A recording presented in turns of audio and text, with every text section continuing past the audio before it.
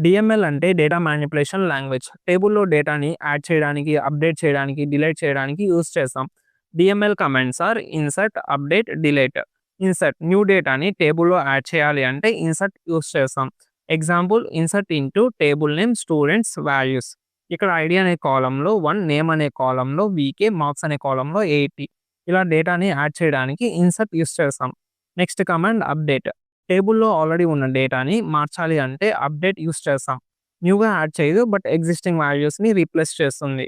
Example మనకి students అనే టేబుల్‌లో ఐడీ, నేమ్, మార్క్స్ అనే కాలమ్స్ ఉన్నాయి కదా!